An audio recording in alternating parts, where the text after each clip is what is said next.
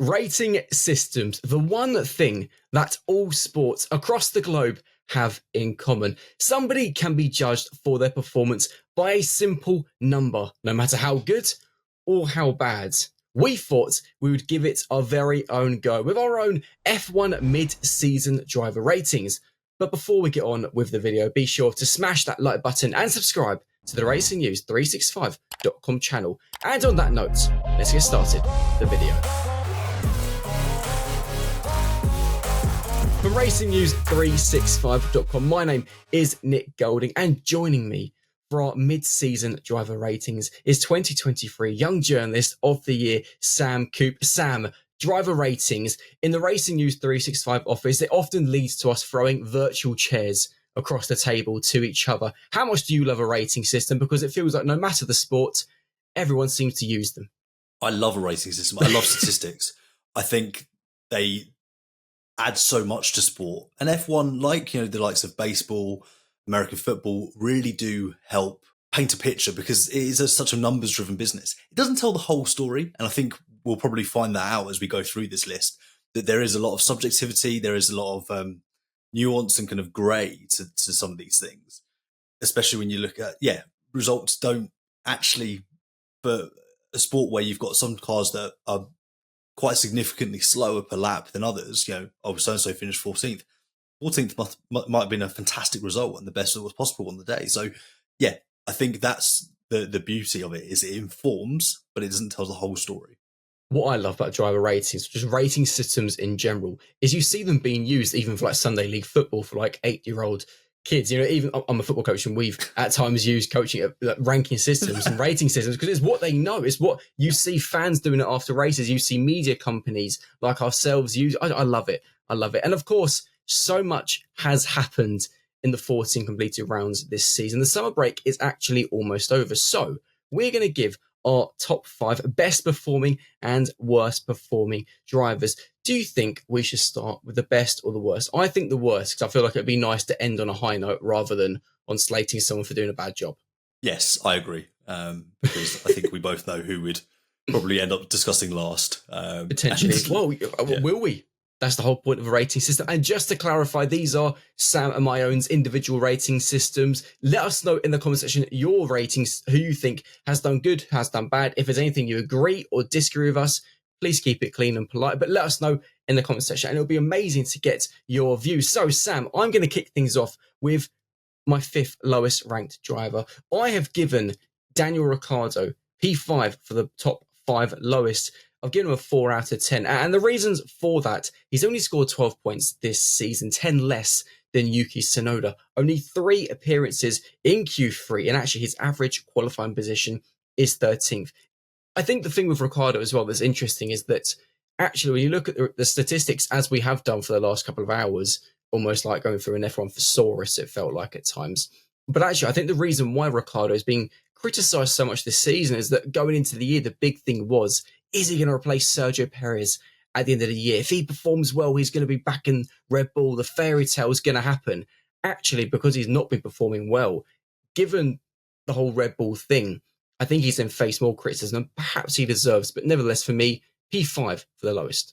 I actually have the same driver in the same spot. Oh, look at that. I've got Ricciardo in the same place. I've given him a 4.5. 4.5. Because I do think that let's call it the second quarter of the season, for want of a better way of describing it, he has definitely closed the gap and has, in some certain circumstances, moved past Yuki again. But you're absolutely right. There is a perception and an expectations game that is attached to these driver ratings generally, and quite specifically with Daniel Ricciardo. Heading into the season, we knew that he had to outperform Yuki. That was a given if he wanted to really be in the fight for that Perez seat. And I think we kind of thought worst case scenario, they'd be there or thereabouts. And for him to be so clearly kind of overmatched in the first few rounds. Yeah. And it wasn't just that Yuki was particularly good. Daniel was also was underperforming. Yeah. There was mistakes, the first lap in Japan, there were moments where you kind of really thought, actually, is the conversation now not more, will he see out the season at RB with Liam Lawson waiting in the wings? So yeah, I've given him a 4.5, and yeah, you look at the head-to-heads. He's been beaten 5-9 in Grand Prix qualifying, and then 5-8, obviously races where both drivers retire, we don't count, to Tsunoda in the actual races. So yeah, he has underperformed by that metric. And the thing as well with Ricardo is that RB literally introduced a new chassis for the Chinese Grand Prix to try and get something out of him. And actually, it still hasn't quite happened. Now, let's move on to our fourth lowest. And would you like to go first? I started us off. Your turn. Yeah, I'll go now. I've got Kevin Magnussen. Okay, interesting. In the fourth lowest, or the 17 spot, as I've kind of written it down, because I was starting to get confused as to kind of, is the fifth lowest? Yeah, who are we talking about first? Which order are we doing this? Are we ascending or descending? Yeah, I think for Kevin, he's been thoroughly outclassed by Nico Hulkenberg, to the point that he's lost his seat because of it. Yeah. And yes, Nico Hulkenberg has been exceptional this season. I think that's more than fair to say. But 22 points to 5 he's one of the most overmatched in terms of points drivers on the grid. And it's not only the results, he's had these moments, say the Monaco incident where, yes, it wasn't completely his fault. And actually, I think, judging one way or the other, I think I said it was not his fault. But he's had these moments, and he's been, you can sense it.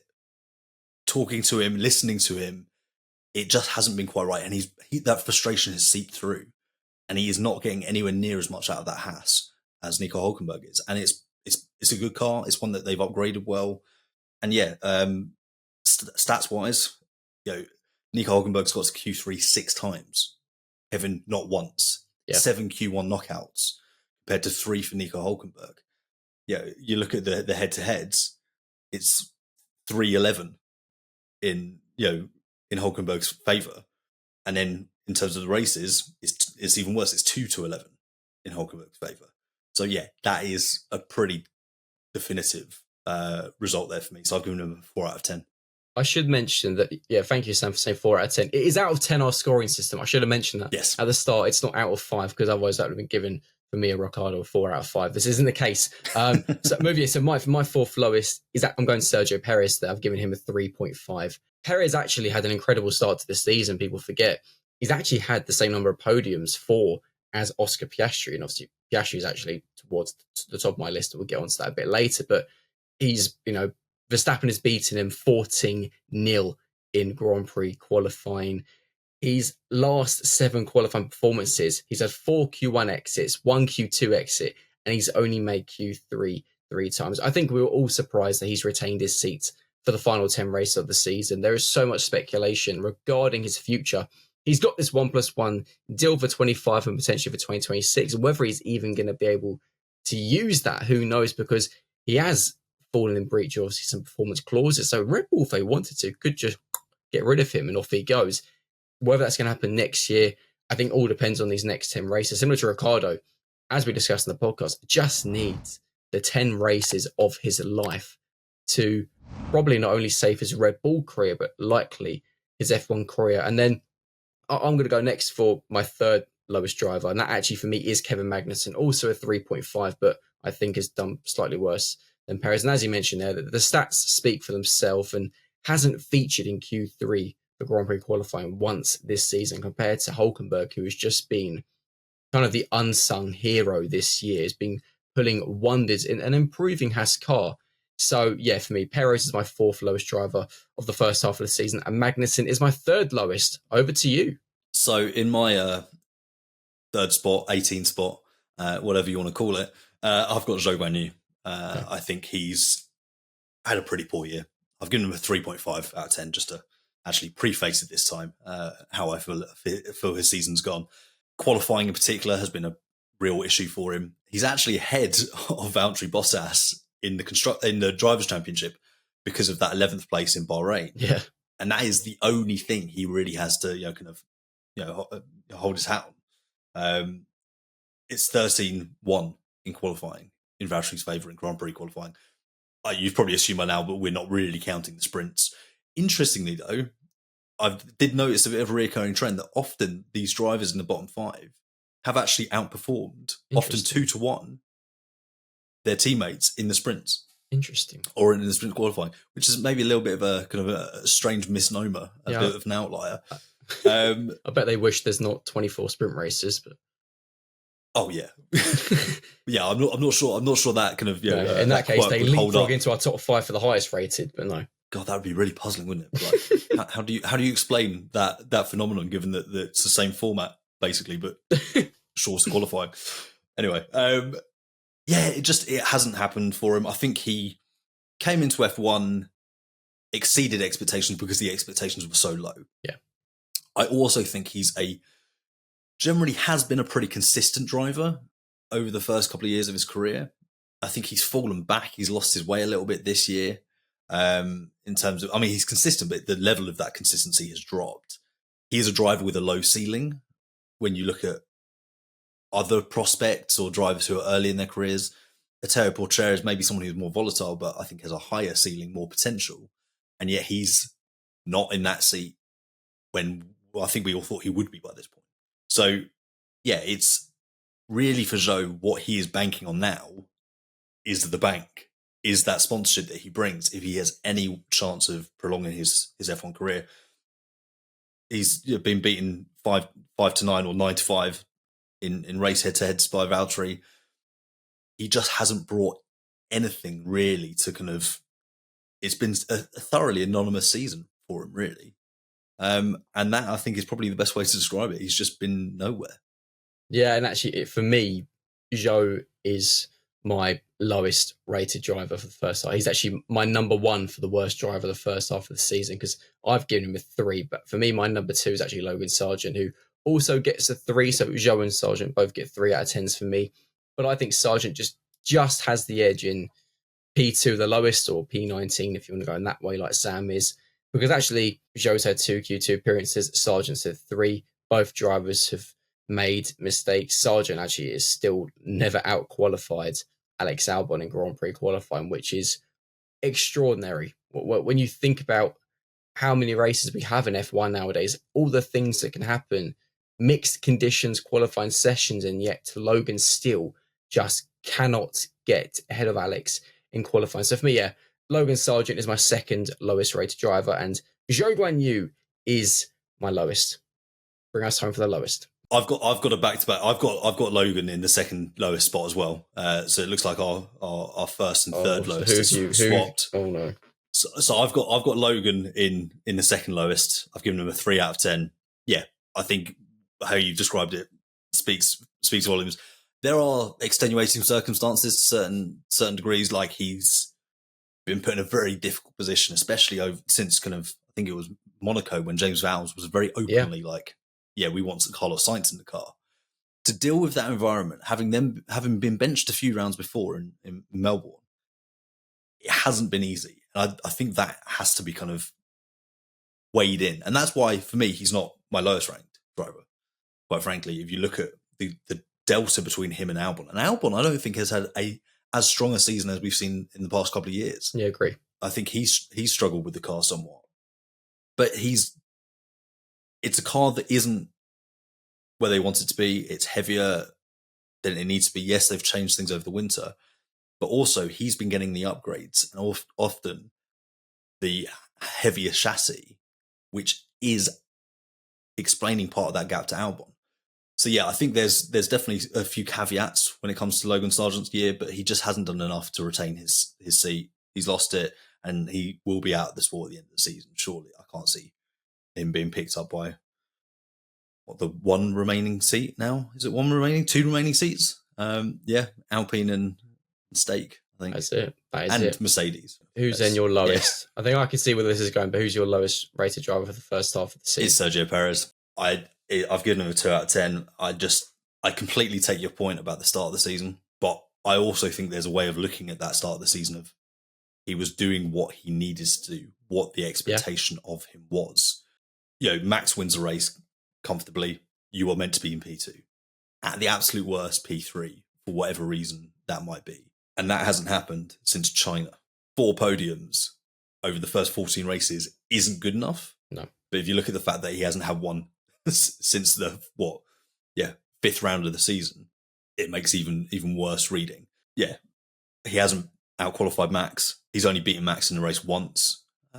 And what's, again, to lean on Nico Hulkenberg as our central metric, or our central kind of comparison point, Sergio Perez has more Q1 eliminations than Nico Hulkenberg this year, 4-3. That is pretty damning. So for me, 2 out of 10, Sergio Perez. He shouldn't still be in the car, even though I felt he still would be. And kudos to Red Bull for keeping faith, but yeah, that's where that is. We'll see what happens with Perez, obviously, in the final 10 races of the season. Let's move on to some good news and our 5 highest rated drivers of the season so far. And I'll kick things off in 5th place. For me, Charles Leclerc.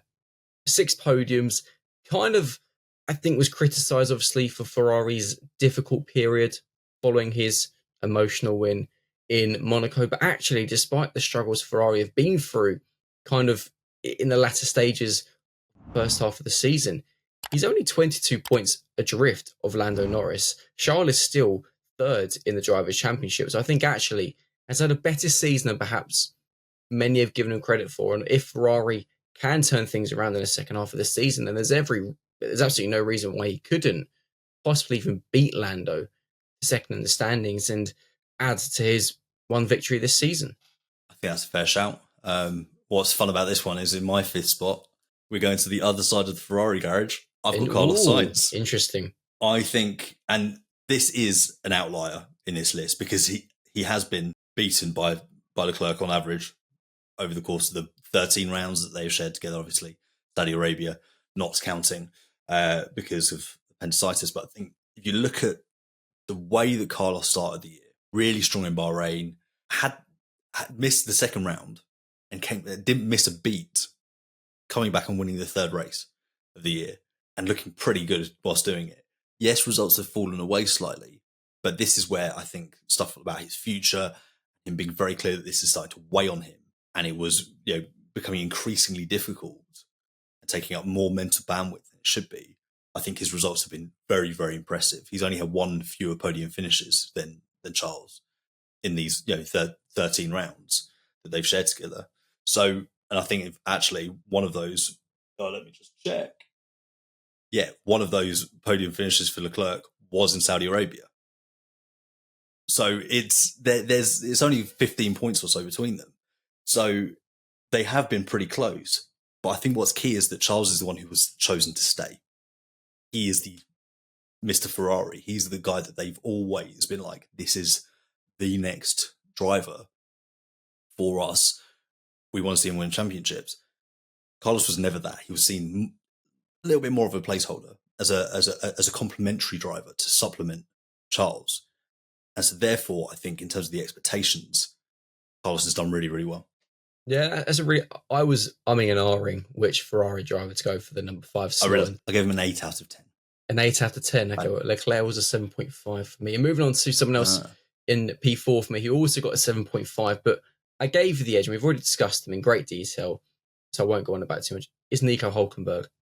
If you exclude Aston Martin, who are kind of in no man's land in the middle of the grid, the Hulk is the best performing midfield driver, theoretically. Obviously, is on the same number of points as Yuki Tsunoda, but I just think it's fair, as I mentioned in the podcast, it's rare for a driver to return to the sport after so many years away from the full-time grid and actually improve. He's arguably better now than he was prior to obviously being put on the sideline as a reserve and test driver, which I think is really interesting. And for me, he's just, he deserves his chance for, obviously, stakes going to be difficult next year, but I'm intrigued how he'll do with Audi in 2026. A German driver with a German manufacturer is going to be really special for him. So for me, he's P4 on a 7.5. All right, I'll go back to back then, because in my 3rd spot, I've got Nico Hulkenberg. Okay. With an 8.5.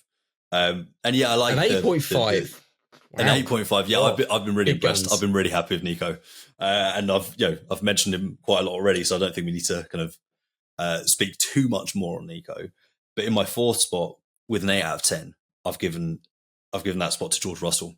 Interesting. Explain. I've been really impressed with George Russell, to the point that, as people who watch our content quite a lot will know that he is my outsiders bet for 2025 F1 champion. So let's first of all look at the head-to-heads. 10-4 in qualifying, 8-6 in the race. Won a Grand Prix. Admittedly, it was inherited in Austria, but was in the right place. Was there where he needed to be. Was very, very good in qualifying in Canada. Fantastic pole. He has mistakes in his locker, and he has things to learn, as we saw in the race itself. I don't think we should shy away from that, but I do think we are seeing that progression. And I think Belgium was an example of that. The way he controlled that race, the way he managed it, it was a very, very mature drive. And I don't think that the disqualification can take that away from him. Yeah. And I think it won't. I think he's going to draw a lot of confidence from that.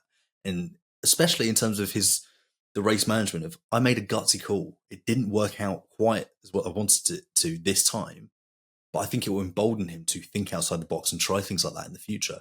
And I think that's ultimately a good thing. I think it will make him a more well-rounded driver. So yeah, I think he's performed really, really well. And also you've got to bear in mind, in my opinion, that his benchmark is the most difficult out of anyone else in this top five, which obviously we'll get to. But he's going up against a 7-time world champion, a 105-time race winner. That is always going to be really difficult. And that's where I think the head-to-head kind of shows. Yes, Lewis maybe hasn't had the best season overall, as we've seen in the past, but to go against Lewis Hamilton and be a match for him, let alone, maybe have a hair on him in terms of some stats. Yeah, I think for me, that's really impressive. So I've interestingly not actually included a Mercedes driver in my top 5. For me, there's no George, there's no Lewis, purely because it was only the last few rounds of the first half of the season when Mercedes came to the party and were competing for the leading places. So whilst they've really come alive, and for me, they're around the 7.5 mark. Well, actually, for me in third, I've gone Oscar Piastri with an 8. 4 podiums, okay, same number as Perez, but it's only his second season in F1. He is building in form, building in confidence. Only has one non-point finish this season, and that was Miami. And actually, we saw last year, his big problem wasn't one lap pace. He's always had that. His problem last year was time management, and we often saw him fade during races. The opposite has happened this season, and just as recently as Belgium, he came alive in the closing laps. And I think had the race been one additional lap, odds on Oscar Piastri would have won the Belgian Grand Prix. It's interesting that even our viewers on Racing News 365 seem to agree that actually Oscar is at a level now where he's able of matching Lando and potentially even beating him. But actually, I think at the moment, Norris does still have the edge, which is why actually for me, Lando is second. And I'll go for that now on an 8.5. Only 3 finishes this season outside the top 5. One of those was Austria, which obviously we know what happened there. Is having the season of his life. If he, for me, would be a higher rating if he could just ace his starts a little bit more, stop making these opening lap errors like we saw in Spa again, and obviously that ended up seeing him lose points to Max. So I think, McLaren have an incredible season.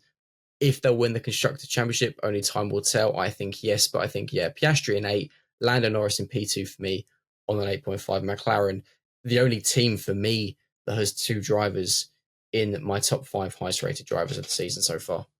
Yeah, Oscar for me was, my 4th and 5th, both for 8 out of 10s. Oscar for me is an 8 out of 10, and he just narrowly missed the cut. And I think you're absolutely right. I think for me, it was his start of his season that there was quite a delta of points between him and Lando in the early rounds.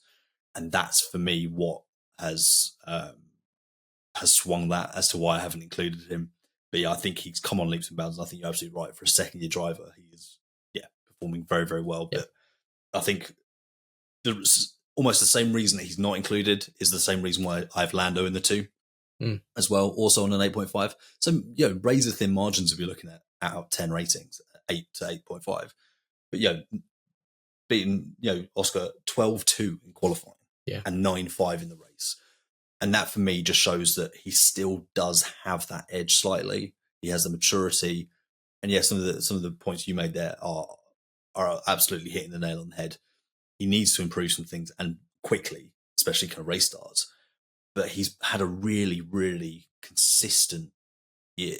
He's having to learn quickly in an environment that he's not really used to, which I think is what is accounting for some of the mistakes or some of the missed points in recent rounds. And I think come the final 10 rounds of the year, I think we'll start to see those kind of eradicated slightly. Yeah. Much in the same way George Russell has. I think they're both on quite steep learning curves. But yeah, I think Lando's been absolutely fantastic. So he's in my number 2. Which, if I'm not mistaken, leaves us with our number 1, which I'm assuming, unless you've gone incredibly bold for a bold prediction, I think both have Max Verstappen, number 1. Yuki Tsunoda, actually. No. Well, No, a good season for Yuki so far. No, yeah, I mean, he was also someone that I could have, quite easily, almost included. No, it's Max as well in my number 1 spot. I've gone 9 out of 10, and the reason for that is that he's got a 78-point lead. He's had 7 wins this season, 9 podiums overall, top 5 in 12 out of 14 races. Only one of the times as well he didn't do that was obviously Australia, where he retired from the race. Quickly, I think, recognised that he's not going to be dominating this season like he did last year. For me, would be a 9.5, if not for Hungary and obviously the clash in Austria. But I think he has, for the large majority of the first 14 rounds this season, has again been in a league of his own, but it's a league which is starting to be caught by McLaren and Mercedes. Yeah, absolutely. I'm completely with you. I've got 9 out of 10 as well. Look at that. The same reasons, and if I'm not mistaken, someone wrote a very nice article on how there's some similarities to 2021 in some of those instances. I don't know. You'll have to go to the Racing News 365.com website to find out. Yeah, probably an idiot. Anyway, it was me, by the way. Just before, it was me. I'm just putting it out there. Don't worry. He's not calling me an idiot. No. Yeah, also Monaco, he looks a little bit off colour. There's a couple of races where he just hasn't quite kind of, found that, je ne sais quoi that I think we're kind of used to with him. And again, that's why we hold him to such high regard, that when he falls, ever so slightly short of that, not even human level, still above that, we're like, oh, not a very good race weekend for him. So yeah, it's really difficult to live up to those expectations for him. So yeah, 9 out of 10. And I think he's enjoying it. I think he's relishing the fight. And we'll have to see how that unfolds in the next 10 rounds in 2025 as well. We will have to see, exactly. Just 10 races to go, and the summer break is almost over, as the Dutch Grand Prix is next weekend. If you've enjoyed this style of video, it's very new for us, first time giving it a go. But if you have enjoyed it, let us know in the comment section below. And if you have enjoyed it, we could start doing it after each race. Of course, in the comment section, let us know your ratings for any drivers and give us an explanation as to why. And who knows, maybe we'll feature it in a piece on Racing News 365. Be sure to smash that like button, subscribe to the channel, and for myself and Sam, we will see you in the next video. See you later. Thanks for joining us.